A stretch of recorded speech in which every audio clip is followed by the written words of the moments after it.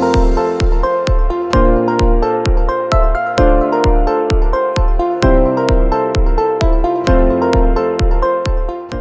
guys, welcome to Big Sister. I hope you guys are having a wonderful middle of your week.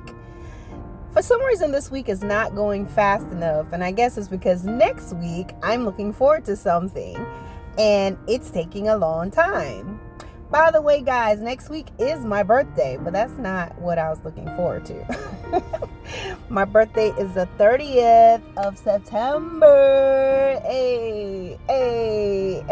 But any hoots. So guys, I want to talk with you all about choosing yourself. Choosing you. It sounds selfish, right? When we're living in a selfless world. And there's nothing wrong with that. But I think there is a demographic of individuals who need to learn to choose yourself sometimes. Choose yourself, choose your peace. Choose yourself, choose your peace. There's situations that you can probably work it out. That is what we should do first and foremost as human beings. As social creatures, we have to interact with people, whether it's job, family, loved ones, someone you're married to, dating, whatever it is, guys, we have to interact with individuals. Even when you go to the store, you're interacting. We learn to wait our turn, get what we need, go in line. We're always following a structured pattern.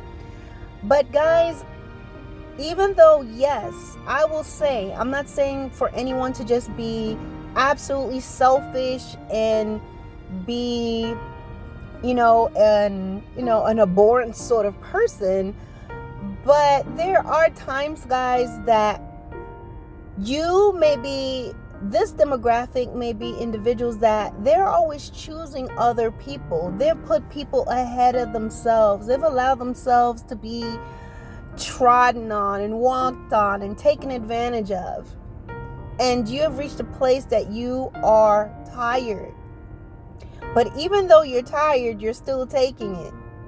Even though you're tired, you're still making yourself available. And guys, sometimes you have to choose yourself. This may seem very alien to you because maybe you were raised to be this way, to think of other people. Weren't we raised when we were little that you're supposed to be considerate and hold the door for others and please and thank you and excuse me and share? These are good things. But there are individuals, they tend to behave in a one-sided manner whereas other people have to give and to do, and they take and they take and they take. And what they do is they will completely exhaust other people who are actually good-natured, have kind hearts. And if you're not careful with yourself, you'll find yourself becoming resentment and bitter and angry and lashing out, and that's because you're depleted. It's not because you're a bad person, but you've been depleted. A car sounds really good when the oil's been changed and you take it to get its maintenance and you do all the things you need to do. But if you don't take care of your car, and if you don't get the oil changed, and if you don't do the things you need to do to keep your car running, your car will sound loud. Your car will begin to sound like a rust bucket. It may start chugging and making noise. Instead of the smooth purr it should have, depending on the make and model of your car, it's coughing into gear to turn the gas, or I'm getting lost. But when you're trying to accelerate the gas, it's loud or it's struggling. And it is the same thing with human beings.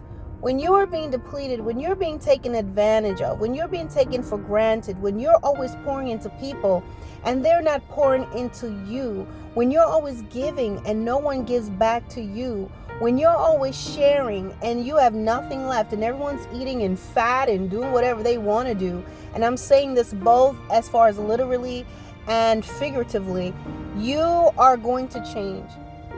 And you're going to be frustrated and you're going to be short-tempered. And the reason why that is happening is because you're being taken for granted. And you have to choose you.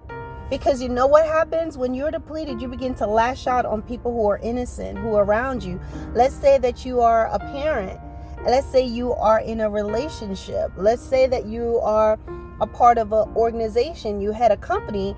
When you have someone who is sucking you dry emotionally and mentally and spiritually and in every way, you're going to find that the people around you who actually care for you, you're going to be so frustrated with what these other individuals are doing, you're not going to have enough for them. So you may not have enough for your children. You may not have enough for your partner. You may not have enough for your project, the job that you're working on, the things that you're trying to do, because you're being sucked dry by other individuals. And so you have to learn to choose yourself.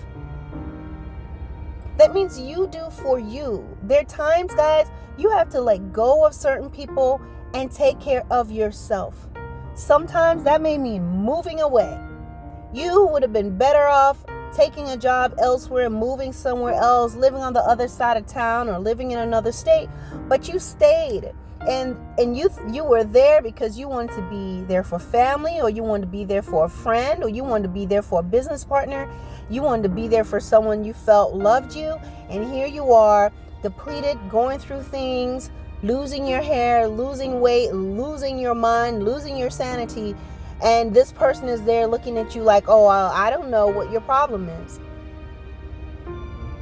But yet and still, there's a side of you. What keeps you there? Your empathy. What keeps you there? The human side of you.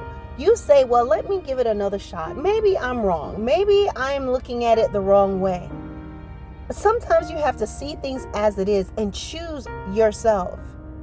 Make those moves that you need to make for yourself. You know what? It's going to feel very uncomfortable. And you know why it feels uncomfortable? Because you've been conditioned to be a doormat. You've been conditioned for people to walk all over you. Choosing you makes you feel like you're selfish, but people will selfishly take. There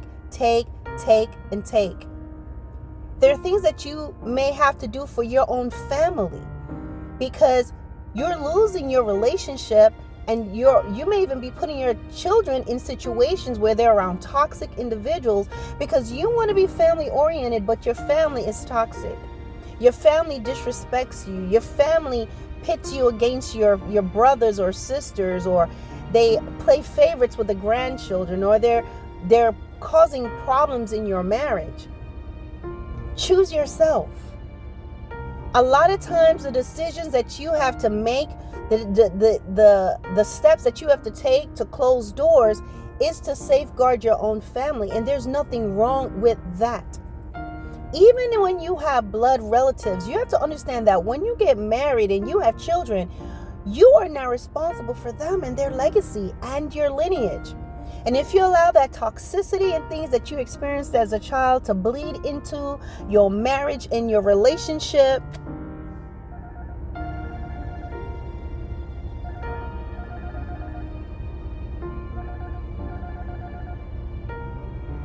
so as I was saying before I got kicked out, sometimes, guys, you're going to have to choose your family, your immediate family, because what happens is the toxicity and the things that maybe you were not strong enough, or you were not strong enough, and you were not as informed as you are now about toxicity and narcissism and gaslighting and all of that. When you were younger, you did not have that, but now you've been equipped, and now things have been revealed. A lot of times, if you have toxic family members, over time, they're going to get worse, and they're going to do more and more things. They're going to push the envelope. But now your responsibility is to your lineage and your family and your seed. You cannot allow them to be abused. You cannot allow them to be mentally rattled in the head games that this family member will play, because at this point, once you become a husband or a wife or a parent, you can no longer blame your family. You have to look at yourself. You have to look at yourself, because you are responsible for your family. You are responsible for your children. Choose yourself. If you decide to get opportunities, sometimes opportunities will come and you're like, oh, well, you don't want to leave because of this and that. or opportunities come and this person does, perhaps someone you're in a relationship with that's toxic, they cry and weep and moan and you stay. And they may be good for a couple weeks or 30 days and they go back to ground zero and you're having meltdowns. And if you don't understand that every time you build and they keep breaking down what you build and you start over, mentally something happens to you. And you don't want to make a mistake where you end up doing something really wrong, where you end up going to prison, jail, or you are 6 feet under. Choose yourself. Sometimes you have to choose yourself for your peace of mind. You have to choose yourself for your family. You have to choose yourself because you may have individuals that are so terrible that they can drive you to take your own life if you're not careful. If you have the opportunity, choose yourself. Sometimes, even if it's just you need to go take a walk, or you need to just go sit somewhere by yourself for a while, or take a weekend if you can, or go get a massage. Treat yourself nicely. And if you get an opportunity to go somewhere far away and you can, do it. I always tell people, you are not crazy. You've been living with these individuals. You grew up with them. You've known them for years. If they're your family, you've known them for decades. And they're not getting any better. And don't let anybody guilt you. When you get opportunities, God opened doors so you can step in and you can experience something different. And you know what? When you're getting ready to make these moves, you go ahead and you make them and you go. And don't let anyone make you feel guilty for getting these opportunities. Don't let anyone cause you to change your mind. And I'm going to tell you something.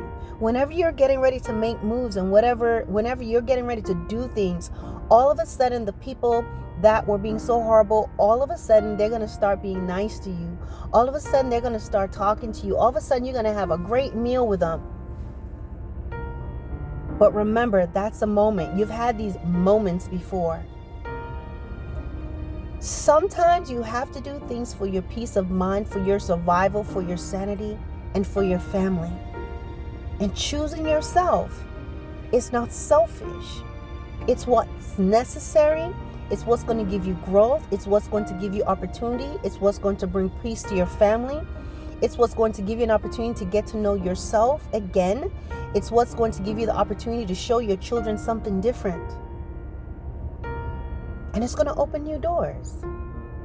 So choose yourself. It's not selfish.